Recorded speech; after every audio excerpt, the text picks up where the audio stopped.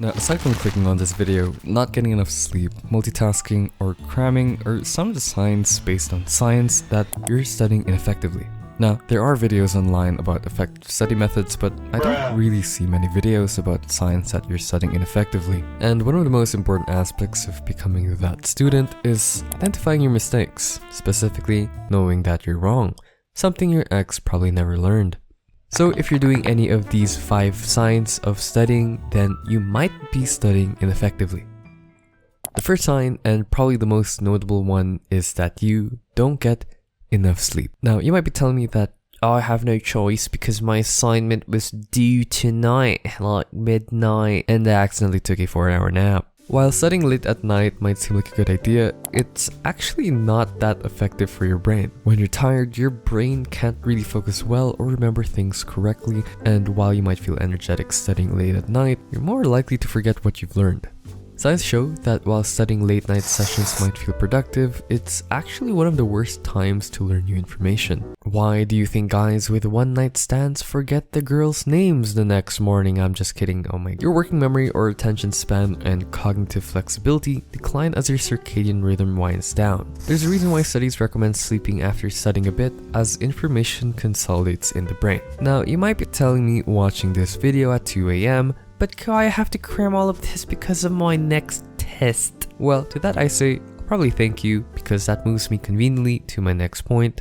You cram instead of spacing out your study sessions. Now, don't worry, if you're a student at all, that's pretty normal. If you tell me that you don't cram for your studies, you're not a real student, you're probably still in middle school. Now, this is kind of a long-term problem, but if you cram the night before your quiz, you're just going to be spacing your brain with too much, too fast, at a short time. Your brain won't be able to handle it all, and most of it will be gone the next day, and the fact that you're stressed out would make it even worse. The reason why spacing out your studies is effective is that your brain needs more time to organize and store information. Your brain works specifically well when you spaced out your studying into spaced out repetition just to strengthen your memory.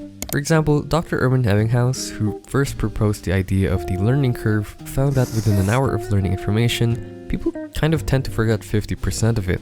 However, within 24 hours, this can be increased to 70%, which is called the Ebbinghaus forgetting curve.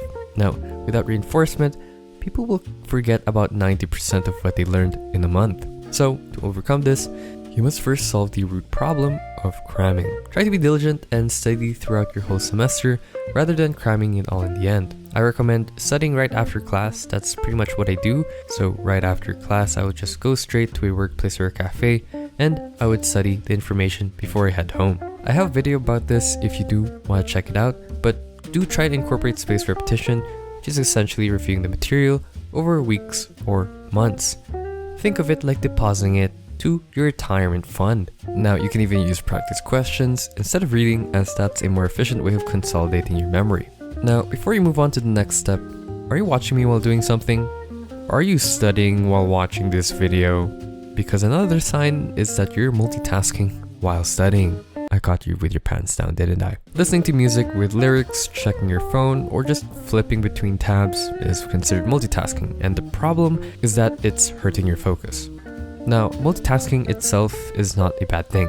I mean, come on, you're doing it right now. But when it comes to studying, you have to kind of reserve all of your brain for learning the new information. For example, according to Stanford University research, multitasking can lower your productivity by up to 40%, and you will remember less if you keep multitasking. Now, of course, the obvious solution to overcome this, I've made a video about this before, but essentially, you can either kick out everyone in your house and study in a quiet environment, silence your phone, stick to instrumental music, or, like my favorite tip, throw your phone in the trash.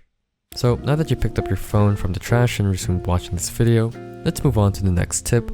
You rely heavily on studying without self-testing. You might be still studying, but at the end of the day, you might still be bombing your tests, and the reason for that is that when you're reviewing, you're not testing yourself, and there's actually a very big difference when it comes to that. Just reviewing your material makes you feel prepared or prepped, but it doesn't really test on whether you can recall under pressure. Well, that being said, there is a truth to being familiar to your subject, which is a good thing. But the thing is, we're studying for a test, and training yourself with mock tests is a better way to prepare yourself for that.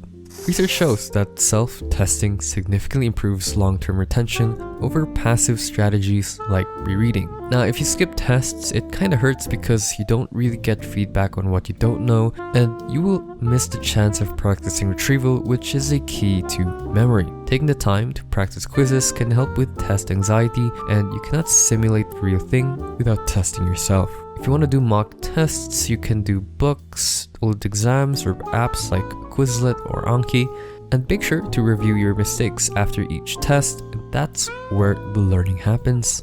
So yeah. So one notable software that I've been using is XTiles. If you guys want to organize your life without the complicated setup of Notion, then I think XTiles is the website for you. Essentially, it's a more visual way of organizing your life using this grid system and allowing you to easily create and move around blocks. It just makes it very easy to customize to your needs. You can even set up a task system with a task page, which you can even sort by priority. One feature that I have found really useful is the My Planner feature.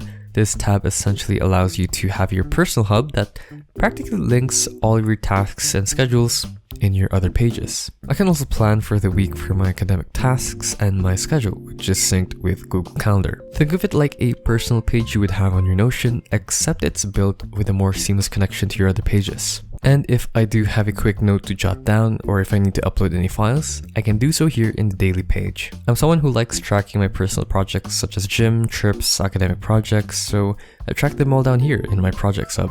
I found XTiles to be very helpful in organizing my life visually, especially as a student, so if you guys are interested, head down in the link in the description to check out XTiles. Anyway, back to the yappity wappity session. Finally, passive note-taking is the last sign that you're studying ineffectively. Now, hold on a minute. I didn't say note-taking, I said passive note-taking. If you're just copying everything the teacher says, or writing down slides word for word, you're not studying, you're just copying pasting a Word document with extra steps.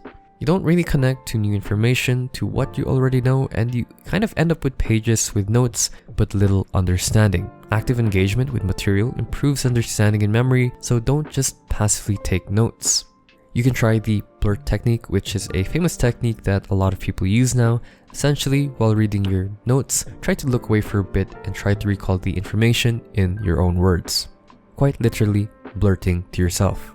Or if you really want to stick to notes, you can use Cornell Notes, which is a very old note-taking technique, or concept mapping, which is a newer technique that recently a lot of people started to use and is a video that I might make in the future. Or if you just want to write notes in your own way, you have to write it in your own words, which is kind of using Feynman's technique. Don't just blindly copy left to right, just make sure that you're studying and understanding as well. Don't just treat notes as a passive way to study, treat it as a way to store as a database. But that being said, thank you guys so much for watching. The school year is almost ending, and I hope you guys are doing well, and I hope you guys are able to clutch it if ever. Anyway, thank you guys so much for watching. I'll see you in the next video. Bye!